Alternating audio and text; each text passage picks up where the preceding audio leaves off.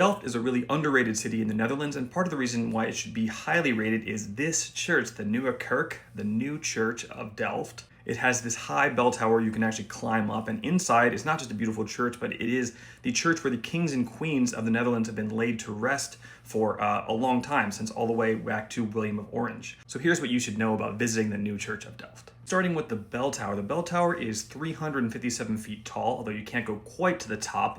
It is quite high.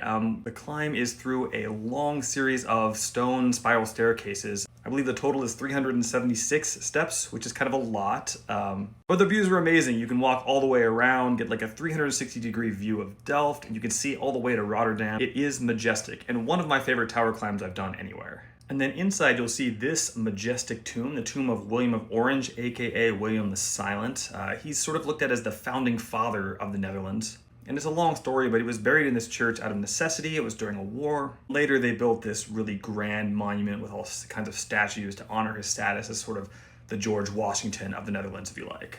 You'll also see like lots of information points that talk about the royal family, the funerals that have been held there, and about the crypt below the church where most of the kings and queens of the Netherlands have been buried. And it's also just a really beautiful church. You have these stained glass windows. These are actually not that old. I believe these are 20th century, but they're really lovely. If you're visiting the new church, you can just get tickets right at the door. There are lockers. You can store small bags, which is handy for the tower climb, and it's a combo ticket. So after you visit the new church, you can go over and visit the old church, which is also cool. And if you made it to the end of the video, I suggest you follow for more tips on traveling in Europe and beyond.